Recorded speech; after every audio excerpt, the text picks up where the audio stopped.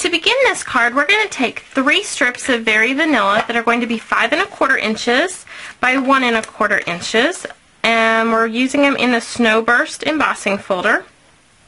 So I'm going to get these good and straight on here and close the lid. I'm going to run them through the Big Shot.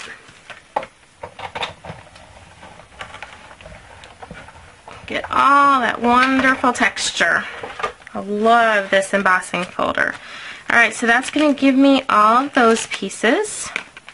Then I'm going to take a piece of crumb cake that's about 4 inches by 2 1/2 inches. And this is going to be a starting size for this one. So we're going to put it into the square lattice embossing folder and run it back through the Big Shot. And we'll have our texture. And then the next thing that we're going to do is some die cutting. So I'm going to move the multi-purpose platform and bring in the ovals die. So I've got a piece, I'm going to use the medium size oval, and I have a piece of Very Vanilla cardstock, and just die cut that out. Alright, so now I'm going to move the Big Shot. So now we're ready to do some stamping. So I've got the snowflake from the Sweet Season, and I'm going to stamp this 3 times, and it can overlap because all I'm going to be doing is punching out the center decoration. And then what I'm going to do is take the words that start with gingerbread, and I'm going to ink them up in the Writing Hood Red also, but I'm just using this to get my placement for my imaging sheet with my Stamp-A-Majig. Then I'm going to clean this stamp.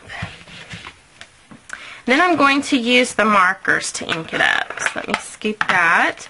So I'm going to start with the Writing Hood Red, and all of the cursive words will be in Writing Hood Red. This one, the one right below it, and then this one over here, and I think there's one more after this. Okay, then I'm going to use soft suede, and the first thing I'm going to do is the big old ampersand sign and whatever words we didn't do before, and make sure to get your dots over your J's and your I's. I think there was a J somewhere in here, maybe not, but anyway, make sure to get your little dots. Okay. Then we're going to use the circle that we die cut with the Very Vanilla.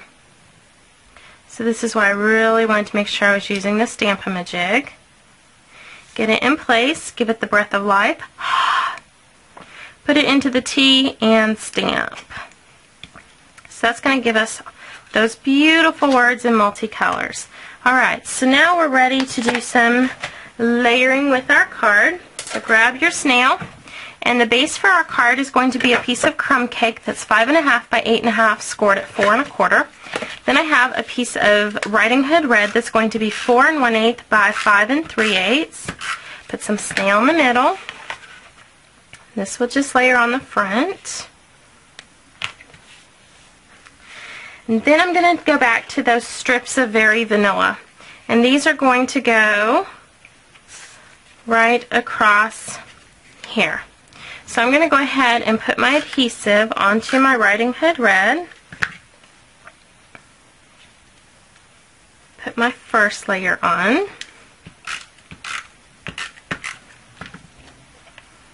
And actually, I'm going to do this next one at the bottom first, so that I could get my spacing just right.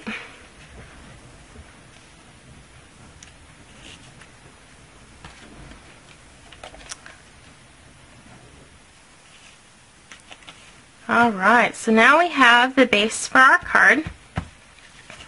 So we're going to do some sponging around our oval piece. I'm going to take the Writing Hood Red with a sponge and add some color to that. And then what we're going to do is use dimensionals behind our image. There are wonderful words on there. I'm going to put it on to that lattice, and then I'm just going to set this aside for right now. We're going to use the 1 1/4 inch circle punch and go through it and punch out all of our snowflakes.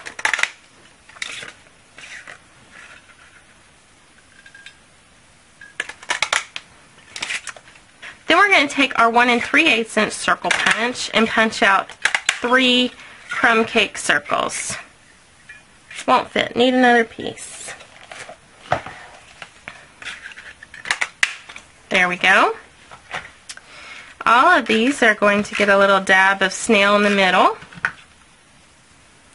and get layered onto here with our beautiful snowflakes. Now, with these layers on there, I'm going to take our crumb cake ink and a sponge dauber and do some distressing on our snowflakes. So I wanted this to look like one piece all together, which is why I'm doing the sponging with both layers of cardstock, whereas this one I just did it with one layer. Go round and round and round. Oops. I just don't want any part of this card to be really bright. Okay, so then we're going to even do some sponging, more with that crumb cake, right onto the texture of our Snowburst. So I'm going to make it darker in some spots and lighter in others. Okay. And now we are ready to do our layering. So I'm going to grab more dimensionals. One behind each one. I'm going to put this down in the middle, to the right, and to the left, and then I can go through and play with my spacing as I need to. There we go. And then we're going to turn to this piece here. So what I'm going to do, I know I'm going to be tearing it, but I just don't want to tear too much. So I'm going to start. I'm going to tear it bigger than I need it, and then start bringing it in a little bit closer.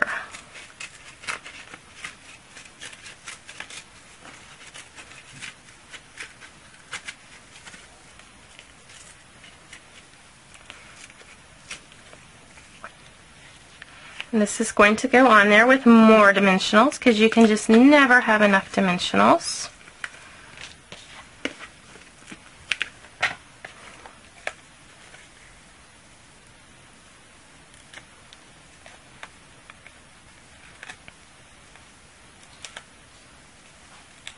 And layer this onto the front of the card. And then we're going to take some Very Vanilla seam binding. I'm just going to take it and tie this in a bow.